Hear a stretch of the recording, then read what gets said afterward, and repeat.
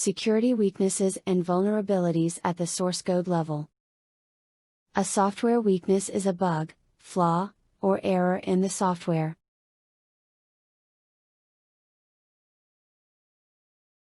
A weakness can be in the architecture, design, or code of a program.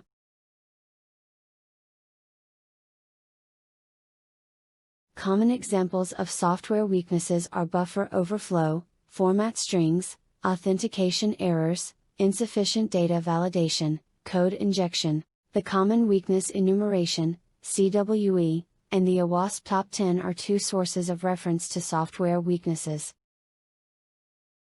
The Common Weakness Enumeration, CWE, is a community-developed list of common software and hardware security weaknesses.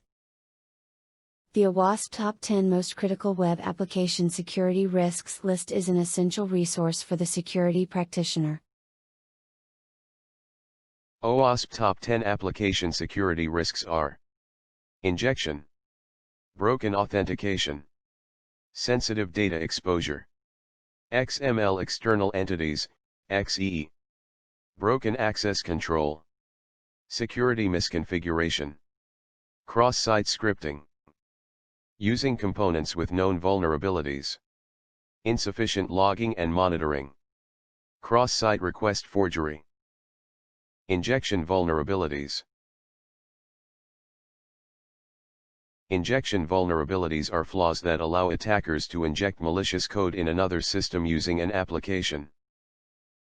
When an application accepts user inputs and allows these inputs to enter a database, shell command, or operating system, making application susceptible to an injection flaw. These flaws are a result of insufficient input validation. Common types of injection flaws are SQL injection, command injection, LDAP injection, XPath injection, and XML injection. SQL injection, where attackers insert malicious SQL code into a SQL database to provide unauthorized access to private data. Command injection is an attack in which the goal is execution of arbitrary commands on the host operating system via a vulnerable application. LDAP injection is an attack used to exploit web-based applications that construct LDAP statements based on user input. Similar to SQL injection, XPath injection attacks occur when a website uses user-supplied information to construct an XPath query for XML data. XML injection is an attack technique used to manipulate or compromise the logic of an XML application or service. Broken authentication. Broken authentication is the breach in the authentication procedure of a web application. Broken authentication vulnerabilities are plaintext passwords in transit, plaintext passwords at rest, weak passwords, single-factor authentication, password guessing, man-in-the-browser attack, and session hijacking. Plaintext passwords in transit transmits a clear text password via an HTTP connection, then user's password will be communicated in plaintext and at risk from eavesdropping.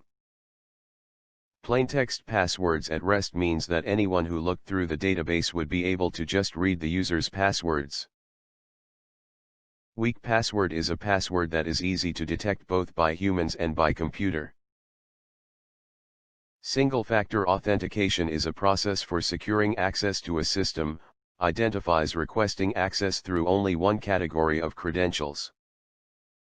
Password guessing is the process of attempting to gain access to a system through the systematic guessing of passwords. Password guessing can be prevented by using a CAPTCHA. Password guessing can be prevented by delaying subsequent login attempts after each failure. Password guessing can be prevented by locking out the account completely. Man-in-the-browser, MITB, attack utilizes a Trojan horse in a pre-infected device/system to infect the Internet browser, and sniff, capture and modify information as it travels between the user interface of the infected browser and the Internet. Man-in-the-browser attack can be mitigated to do not install browser extensions or add-ons from untrusted sources. Man in the browser attack can be mitigated to keep your operating system and browser up to date. Man in the browser attack can be mitigated to install and update anti-malware. Session hijacking refers to an attacker's ability to take over a portion of a session and act as one of the participants. As users interact with a web application needs to keep track of which requests came from which users. Session tokens are used to connect disparate HTTPS requests to a single user. Session tokens can be compromised by guessing and brute force. Guessing: secure session tokens must be generated by a cryptographically secure pseudo-random number generator. Brute force: secure session tokens must be long enough, at least 128 bits. Session tokens must also be invalidated when the user successfully logs in and logged off.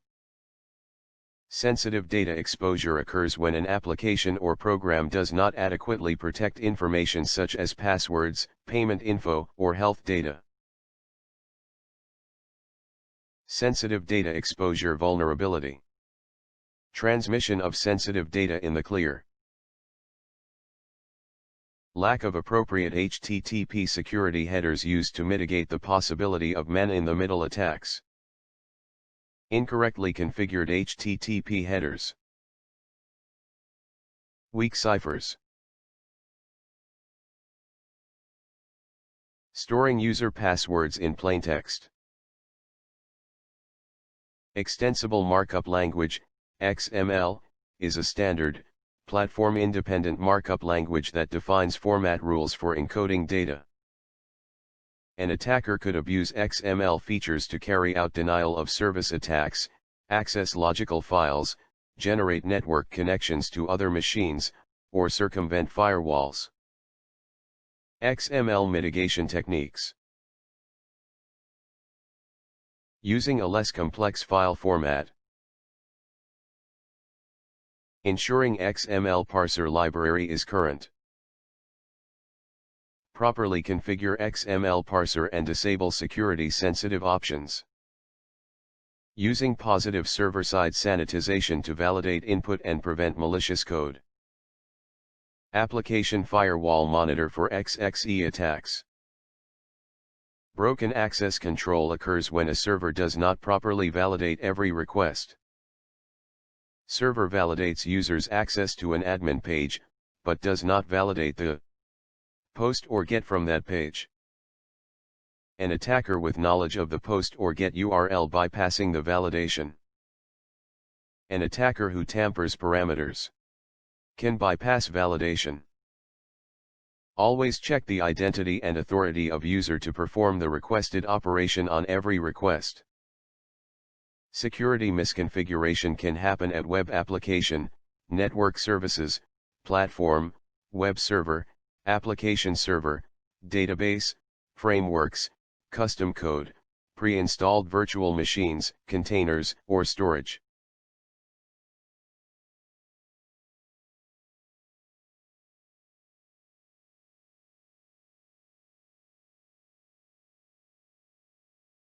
Preventing security misconfigurations.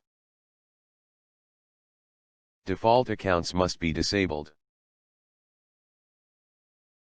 Unnecessary features and services must be disabled.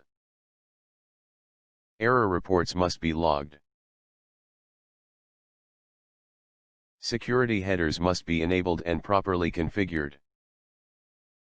Cross-site scripting, XSS, is an exploit where the attacker attaches code onto a legitimate website that will execute when the victim loads the website. Cross-site scripting, XSS, attacks can generally be categorized into two categories, stored and reflected. Stored attacks are injected script is permanently stored on the target servers, such as in a database, in a message forum, visitor log, comment field, etc. Reflected attack victim clicking on a carefully crafted link, for example in an email or another website, that sends the attacker's malicious script to the target website. The mitigation is to never trust user input. Using components with known vulnerabilities. Keeping an accurate inventory of all the components of web application is important. Automated vulnerability management tools to scan web application and detected packages against a database of known vulnerabilities. Exploitation of insufficient logging and monitoring is the bedrock of nearly every major incident. Logging must capture all relevant events. Logging must record details. Logging must be centralized. Logging must be immutable. Monitoring should alert when limits are exceeded. Cross-site request forgery, CSRF, is an attack that forces an end user to execute unwanted actions on a web application in which they're currently authenticated. Cross-site request forgery, CSRF, attacks specifically target state-changing requests, like transferring funds, changing their email address, not theft of data. Cross-site request forgery, CSRF, token is a unique random value that is prevent cross-site request forgery attacks.